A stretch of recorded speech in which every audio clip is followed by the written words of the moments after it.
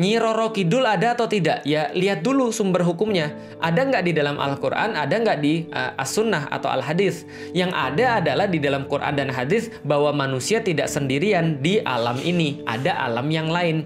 Ada alam yang lain yang dihuni oleh jin misalnya. Maka jin itu ada, tapi Nyi Roro Kidul nggak ada. Nah kalau gitu mungkin nggak Nyi Roro Kidul itu jin? Bisa jadi, tapi kita nggak bisa memastikan. Ini salah satu contoh. Contoh lagi misalnya, seringkali ada yang nanya, Ustadz kalau seandainya seorang wanita lagi haid, lalu kemudian rambutnya rontok ketika mandi, apakah rambutnya harus dikumpulkan terlebih dahulu, lalu kemudian disucikan juga ketika wanita itu sudah suci? Saya menjawab, tinggal dicari aja. Al-Qur'annya ada nggak dalil Qur'annya? Atau ada nggak di dalam Al-Hadis misalnya? Kalau ada, dipraktekkan. Kalau tidak ada, kita teliti dulu. Karena sumber hukum Islam ini tidak akan selesai sampai di sini.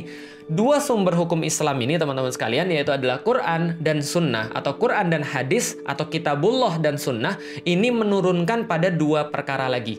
Nah, yang disebut dengan dalil hukum syariat. Nah, jadi dalil hukum syariat ini ada dua lagi selain Quran dan Sunnah. Apa? Yang pertama namanya ijma atau kesepakatan para sahabat.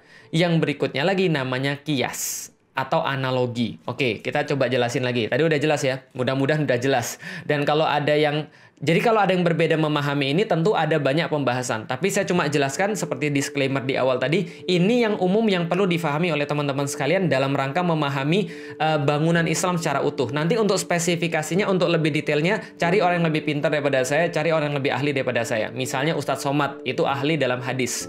Jadi kalau Anda mau tahu pembagian hadis yang lebih lengkap, nanti seperti apa hadis-hadis ini kemudian dibahas, mana yang memasukkan dia ke dalam Sahih, Hasan, atau Do'if, silahkan rujuk pada Ustadz Somad. Beliau S3 hadis, jadi lebih mumpuni. Kalau dalam permasalahan Al-Quran, nanti Anda boleh rujuk dengan orang-orang yang belajar tentang ulumul Quran, tentang ilmu-ilmu di dalam Al-Quran. Saya cuma menjelaskan garis besarnya saja.